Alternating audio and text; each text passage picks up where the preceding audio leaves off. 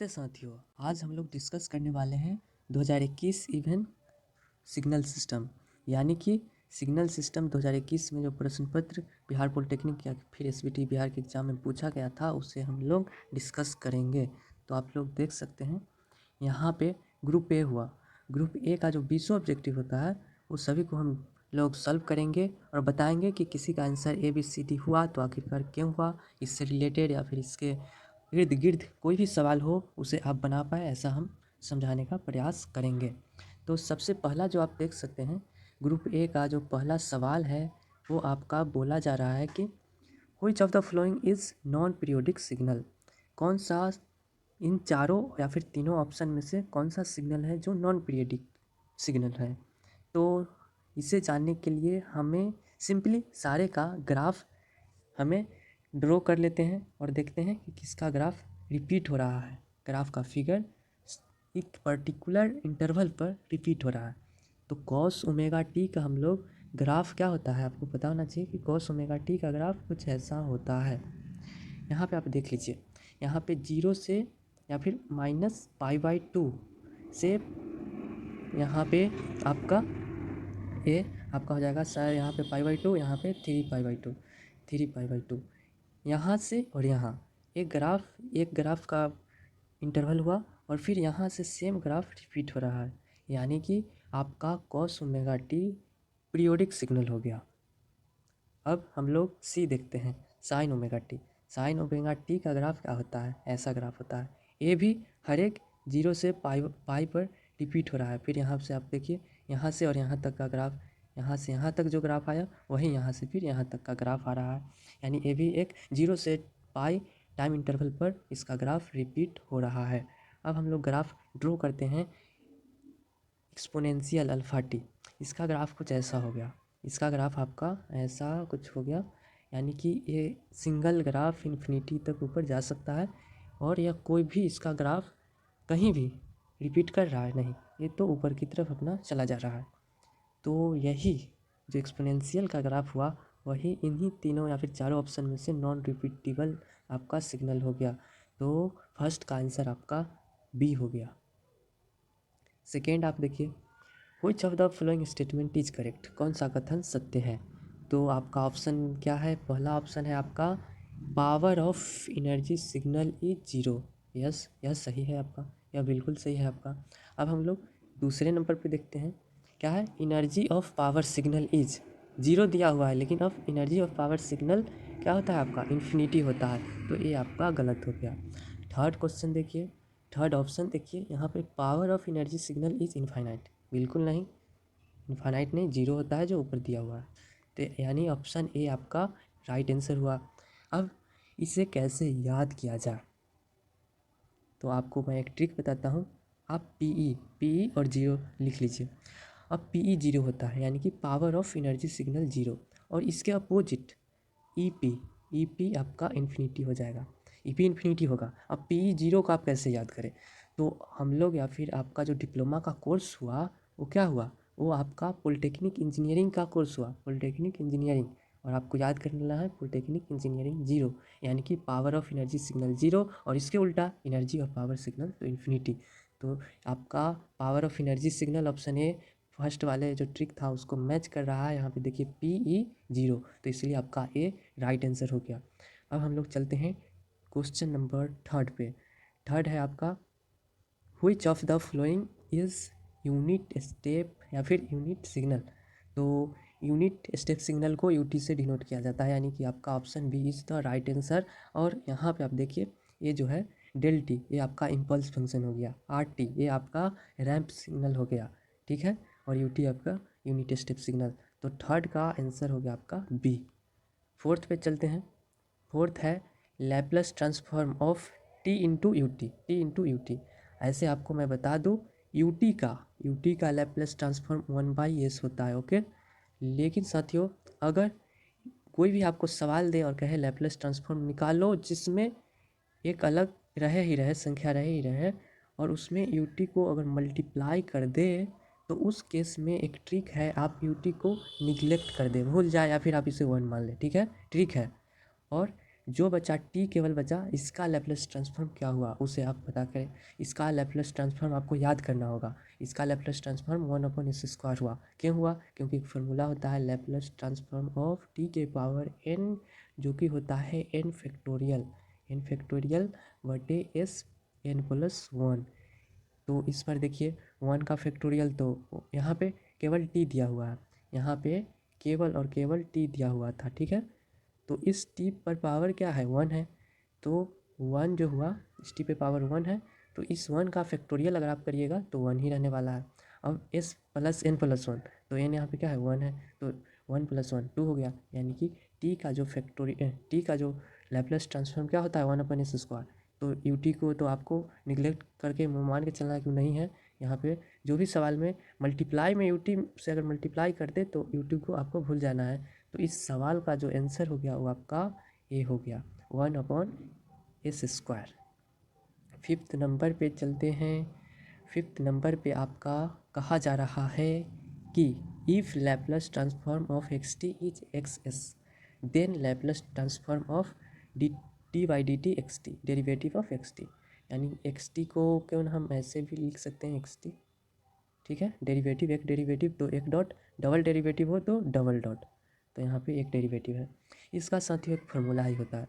Formula क्या होता है?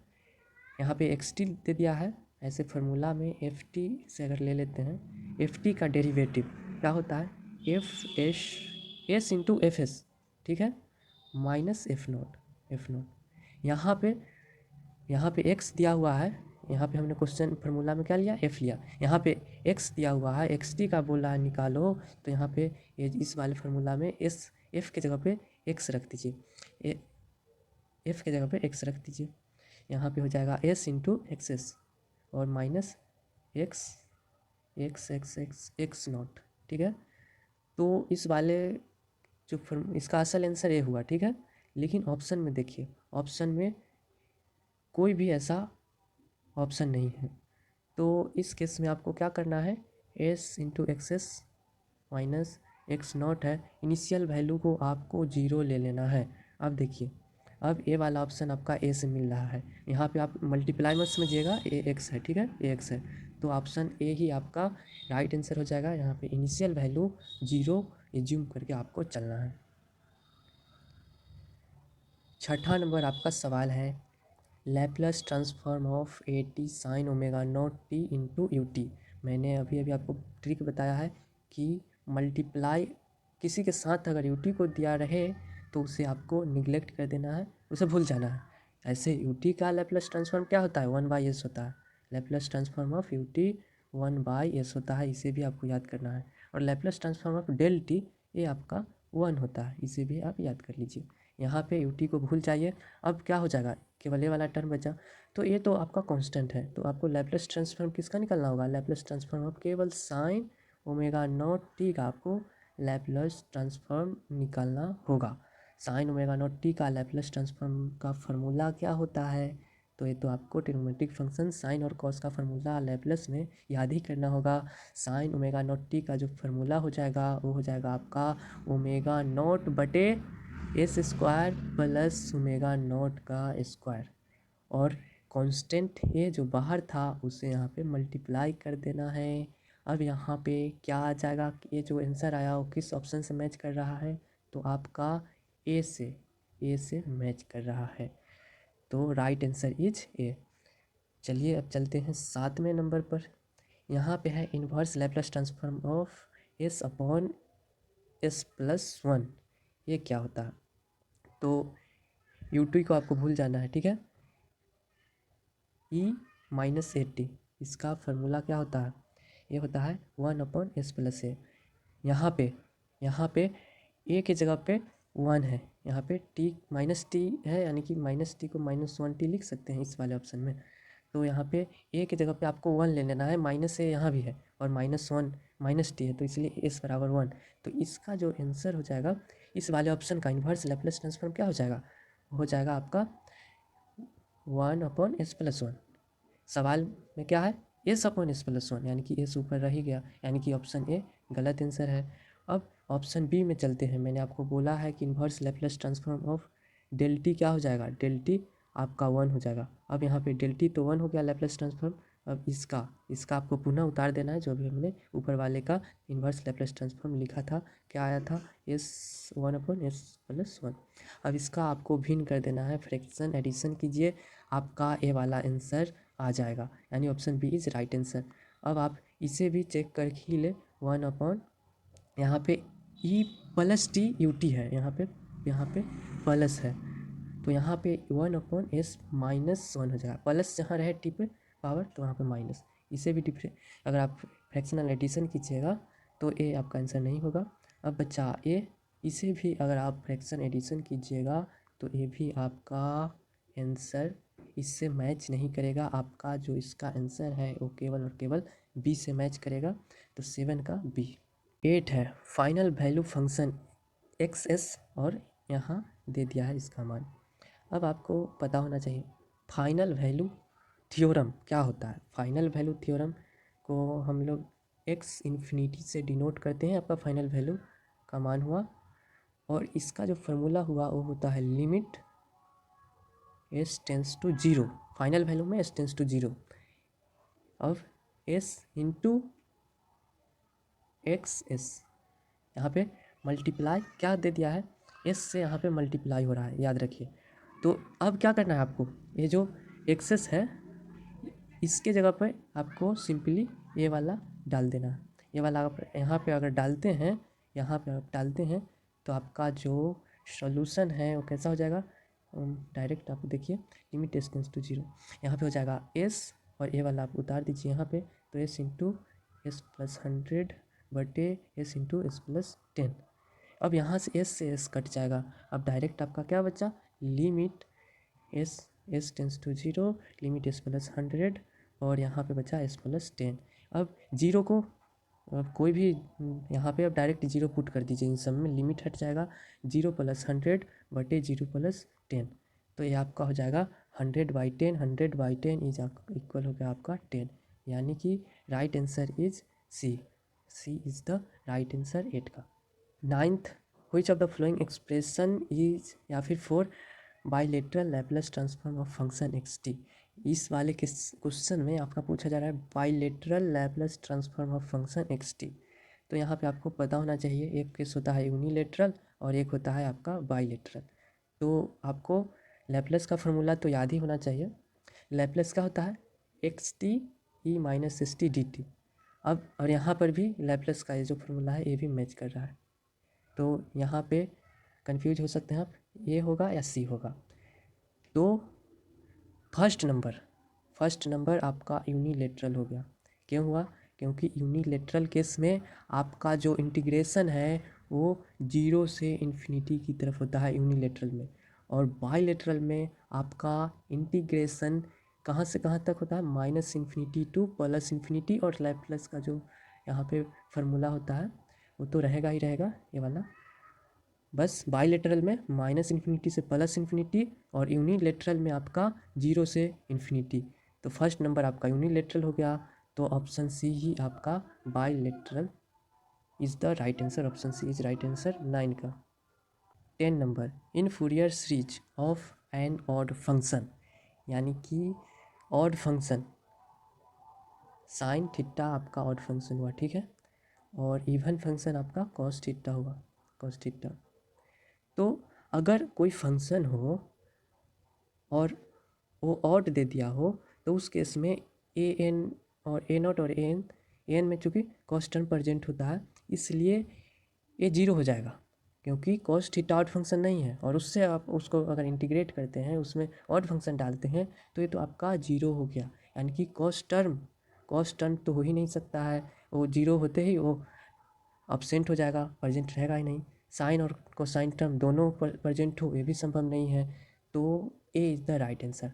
अगर फोरियर सीरीज क्या होता है, एफ टी से अगर डिनोट करते हैं, वो आपका A not plus sigma A N cos और बी एन साइन होता है। इस वाले केस में ए और ए, ऑड वाले केस में ए दोनों आपका जीरो हो जाएगा, केवल और केवल साइन थीटा ही आपका बी एन साइन थीटा ही बचेगा, क्योंकि साइन थीटा भी ऑड फंक्शन हुआ, ऑड फंक्शन और ऑड फंक्शन साइन थीटा, इसलिए only sine term are present in Fourier series expression. अब चलिए 11th number, which of the following is sine function. Sine function का असली इन तीनों ऑप्शन में से कौन राइट आंसर होगा। साइन फंक्शन, साइन फंक्शन मेरे ख्याल से यहाँ आंसर आपका ए होगा, लेकिन साइन फंक्शन क्या होता है इस पर हम थोड़ा सा प्रिपरेशन नहीं है, इसलिए मे भी डी भी हो सकता है, लेकिन इसका जो राइट आंसर होगा मैं आपको कंफर्म कमेंट बॉक्स में पिन करके रख दूंगा, आप उसे इसका राइट आंसर देख लेना है। ऐसे मेरे ख्याल से इसका आंसर ये होगा, क्यों, क्योंकि आप लोग देखते होंगे लिमिट अगर एस टेंस टू जीरो या फिर इन्फिनिटी, पता नहीं जीरो या इन्फिनिटी कुछ होता है, sine theta by theta, sine theta by theta अगर ऐसा होता है तो इसका वैल्यू 1 आ जाता है। तो असल में उस अनुसार यहाँ पे थीटा की जगह पे एक्स है, तो एक्स है, तो इस वाले केस में यहाँ पे एक्स वाले को आप वेरिएबल मत समझिए, इसे आप थीटा ही समझ लीजिए। तो यहाँ पे साइन फंक्शन आपका ए हो सकता है मे बी, ऐसे आप कमेंट बॉक्स चेक कर लीजिएगा। 12 वैल्यू ऑफ इंटीग्रल इतना इतना व्हाट इज़।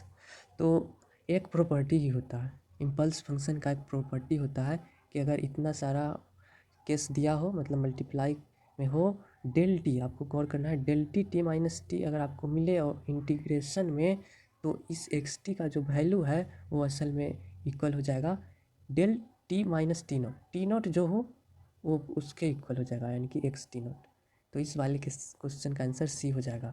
एक प्रॉपर्टी ही है ये, जो सवाल दिया उस बराबर एक प्रॉपर्टी ही है कि इसका answer direct x T note हो जाएगा। ये प्रॉपर्टी है, इस पर सवाल भी बनाया जा सकता है, इस पर सवाल भी बनाया जा सकता है, और किसी साल इस पर सवाल भी पूछ सकता है। तो सवाल भी बहुत ही अच्छा सा इस पर सवाल बनता है, बहुत ही इंटरेस्टिंग है जो इसका इस पर सवाल बनाया जा सकता है। आप क्या कीजिए, आप सिग्नल सिस्टम का आपको प्लेलिस्ट वेटू पॉलिटेक्निक के प्लेलिस्ट में आपको मिल जाएंगे, सिग्नल सिस्टम का मैक्सिमम लेक्चर आपको देखने को मिल जाएंगे। आप वहाँ पे जाइए और सिग्नल सिस्टम को अच्छे से पढ़िए। मनी सर जो सिग्नल सिस्टम को पढ़ाए हैं उनसे पढ़ने के बाद मेरा गारंटी है, आपको 99% गारंटी है कि आप पास हो जाइएगा, मतलब आपका उस विषय में सिग्नल सिस्टम में आपका कैरी लगेगा नहीं। तो ये मेरा आपसे वादा है कि आप पढ़िए उनसे, कैरी लगने का संभावना आपका 0% हो जाएगा। तो यहाँ पे इस 12 का आंसर आपका एक्स टी नॉट हो गया। 13 inverse Fourier transform of del omega. Del omega inverse Fourier transform का फार्मूला 1/2 पाई फार्मूला होता है, ठीक है। लेकिन चलिए फार्मूला पे नहीं, हम डायरेक्ट आपको फार्मूला आपको याद ही करना होगा, फार्मूला के अनुसार ही एक क्या होता है, एक इन्वर्स फूरियर ट्रांसफॉर्म वन का क्या होता है, वन का होता है 2 pi del omega. Okay, 2 pi del omega, A one बराबर ए वैल्यू होता है, ठीक है। अब यहाँ पे केवल आपको डेल ओमेगा का फूरियर ट्रांसफॉर्म पूछ रहा है, तो इस 2 पाई को मल्टीप्लाई में है उधर भेज दीजिए, डिवाइड में आ जाएगा, यानी कि डेल ओमेगा बराबर आपका क्या आ गया, डेल ओमेगा बराबर आपका आ गया 1/2 पाई। और इसे आप इन्वर्स फूरियर ट्रांसफॉर्म के फार्मूला पे रख के बनाइएगा तो भी ये आपका लंबा प्रोसेस होगा, यही आपका 1/2 पाई आंसर आएगा। चलिए दोस्तों, अब हम लोग 14 नंबर पे चलते हैं। Which of the following system is linear. ये एक अच्छा सवाल है, और वीडियो प्लेलिस्ट देखिए, वहाँ पे आपको पता चल जाएगा कि लीनियर सिस्टम कैसा होता है, और casual non casual dynamic system, सब आपको उस वीडियो लेक्चर आपको प्लेलिस्ट में मिल जाएंगे सिग्नल सिस्टम का, वहाँ आप देखिए, अच्छे से पढ़ाई कीजिए। यहाँ पे मैं आपको समझाने का प्रयास करता हूँ, आप समझ पाए तो अच्छी बात है। यहाँ पे पहले आप समझ लीजिए, बी सी डी नहीं होगा, ऑप्शन ए ही होगा, ठीक है। अब कैसे होगा, लीनियर सिस्टम का एक यहाँ पे प्रॉपर्टी होता है, एक सिस्टम ले लेते हैं, और यहाँ पे ये जो इक्वेशन दिया हुआ है उसी टाइप का हम यहाँ पे इनपुट डालेंगे इस सिस्टम पर, और यहाँ पे वाई टी इनपुट है और आउटपुट भी इस टर्म का ही हमको निकालना है, इस इक्वेशन से ही हमको आउटपुट भी निकालना है, ठीक है। तो एक सिस्टम ले लिए, और यहाँ पे वाई टी है, उस वाई टी की जगह पे हम y1t मान लेते हैं, ठीक है, y1t, और इस सिस्टम पर हम इनपुट डालें। अब आउटपुट हमें क्या मिला, इस वाले टर्म में मिलेगा t मिल जाएगा, y1 लिए हैं तो यहाँ पे x1 लिखना पड़ेगा और t आएगा, एक ये हो गया आपका, ये आपका आउटपुट हुआ। दूसरा फिर हम इसी पे आउटपुट डालते हैं, यहाँ पे y2 डाल के आउटपुट ले लेते हैं, y2t। इस वाले केस में भी आउटपुट इस वाले इक्वेशन के टर्म से ही क्या आ जाएगा आपका, इस वाले इक्वेशंस के टर्म से ही आपका t इंटू x2 टी आ जाएगा। ठीक है, अब हम क्या करते हैं, इस दोनों को ऐड कर देते हैं, इस दोनों को ऐड कर देते हैं और वो वाला ही इस दोनों को ऐड करके इस वाले सिस्टम पर हम लोग इनपुट डालते हैं और तब आउटपुट क्या मिलता है। तो इस वाले सिस्टम पर हम लोग y1 t और प्लस y2 t दोनों को अगर हम इस पर इनपुट डालते हैं तो आपका जो आउटपुट है वह कुछ इस प्रकार आ जाएगा। यहाँ पे इसे पेन और कॉपी पे समझाने में बेहतर था, स्पेस पे यहाँ पे स्क्रीन पर उंगली से लिखना एक थोड़ा बहुत ही कठिन काम होता है। तो यहाँ पे आउटपुट देखिएगा टी से मल्टीप्लाई ही होगा और यहाँ पे y1 t1 plus y2 t2 ही आ जाएगा आपका। तो देखिए यहाँ भी अब क्या करना है आपको, ये जो दोनों हैं ऊपर वाला दोनों सिंगल सिंगल हम लोगों ने आउटपुट डाला था, इन दोनों को जोड़िए और फिर इस दोनों को जो जोड़ के आउटपुट डाले हैं और इस दोनों को जोड़ना है। तो इन आप देखिए ये दोनों को आप जोड़ दीजिए, एक इक्वेशन आएगा। RHS में जो ये वाला आएगा केस, ये वाला केस आएगा, वो अगर इस वाले केस यहाँ पे जो आउटपुट आया है उसके अगर इक्वल आ जाए तो आपका लीनियर सिस्टम हुआ। तो इस वाले केस में इसका RHS और इसका RHS इक्वल आ जाएगा। लेकिन वही स्क्वायर वाला केस जो सेकेंड नंबर केस था, उस वाले में अगर हम लोग यहाँ पे ऐड करके और तब इस सिस्टम पे इनपुट डालते तो यहाँ पे आउटपुट आपका होल स्क्वायर हो जाता एक्स के जगह पे, क्योंकि एक्स स्क्वायर दिया हुआ है। और होल स्क्वायर में आपको पता है कि अगर आप किसी भी a प्लस बी का होल स्क्वायर कर दीजिएगा तो एक a square plus b square तो आएगा ही आएगा, प्लस 2ab आ जाएगा, एक एक्स्ट्रा आ जाएगा। तो उस वक्त RHS फर्स्ट वाले ऊपर जो हम लोग सिंगल सिंगल इनपुट लिए थे उस वाले आउटपुट के बराबर नहीं आएगा, क्योंकि 2ab एक एक्स्ट्रा आपका आ जाएगा। यानी कि इस वाले केस में तो हमारा लीनियर प्रॉपर्टी प्रूफ हो रहा है, इस वाले में नहीं होगा। और जब एक नहीं होगा तो बहुत हेवी कैसे होगा, यानी कि आपका राइट आंसर ए होगा। ठीक है, आप वीडियो देखिए, आपको यहाँ पे ज़रूर मैं समझाऊँगा और आप ठीक से नहीं समझ पाए होंगे, उस पर अगर आप सवाल कीजिएगा तो आप समझ पाइएगा अच्छे से। 15 number, which of the following equation represents dynamic system.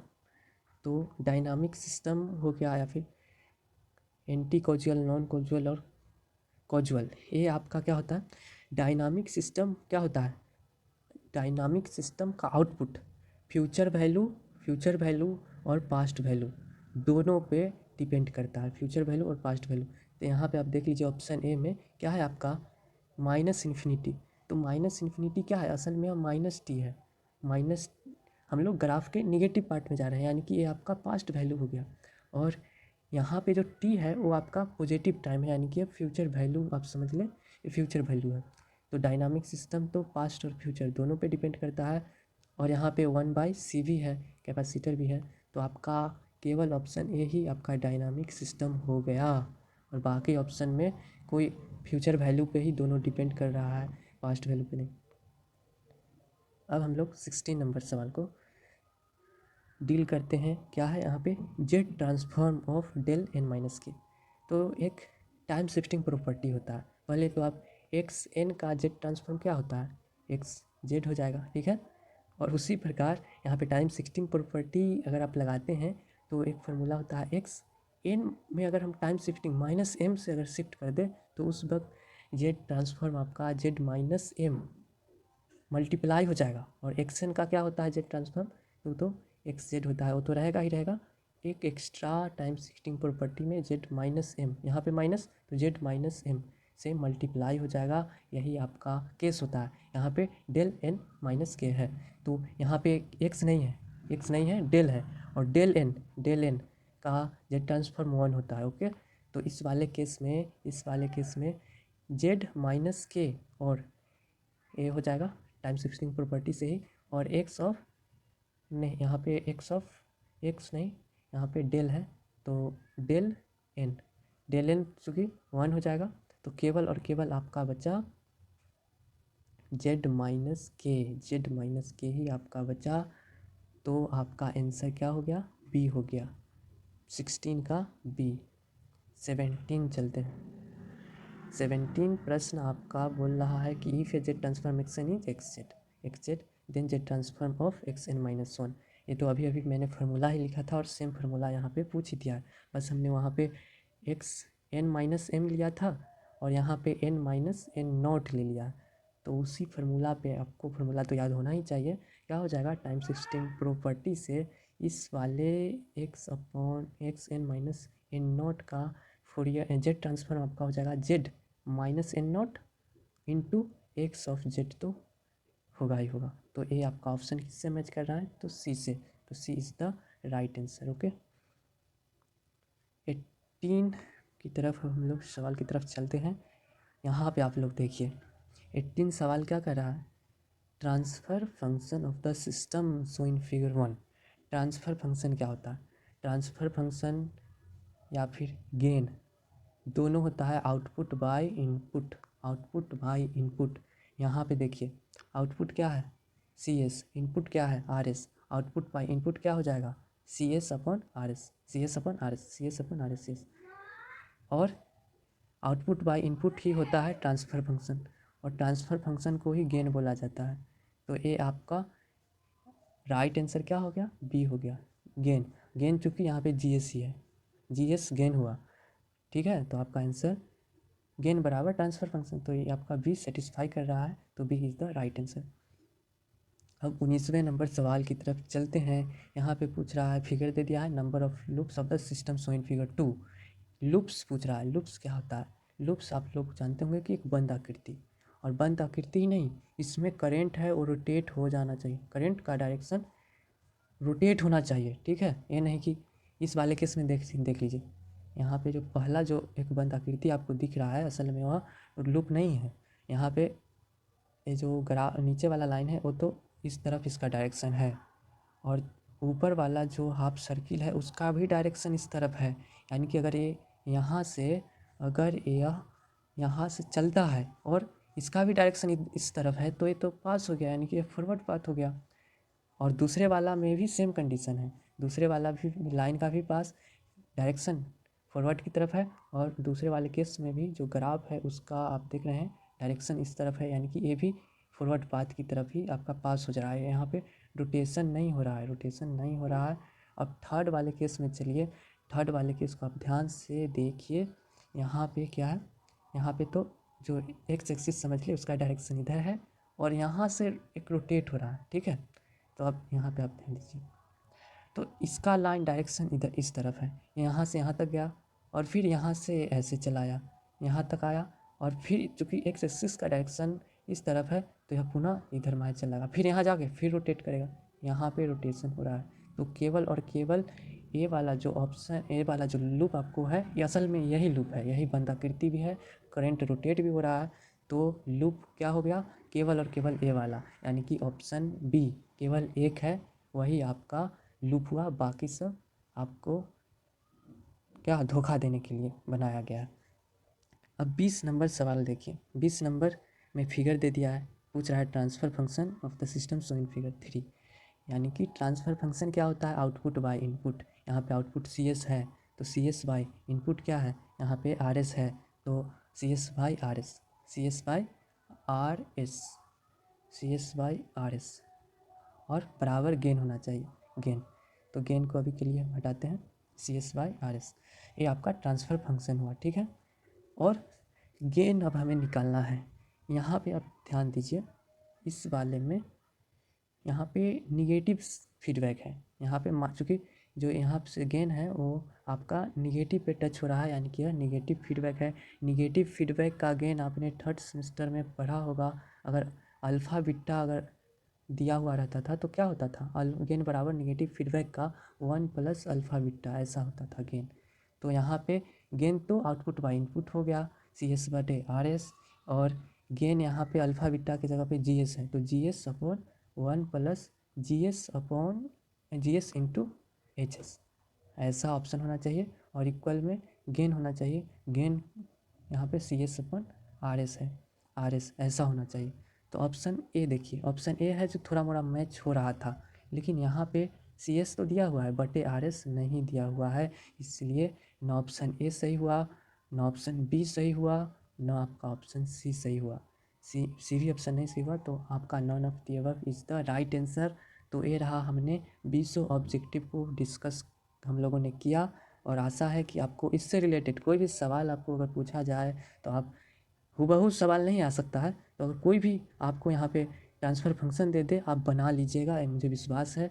तो फ्रेंड्स आशा करता हूँ आपको ये वीडियो अच्छा लगा होगा। इस प्रश्न पत्र क्वेश्चन पेपर को आपको डाउनलोड करना है तो आपको डिस्क्रिप्शन में लिंक मिल जाएंगे, वहाँ पे क्लिक कीजिए और सारे प्रश्न पत्रों को डाउनलोड कीजिए।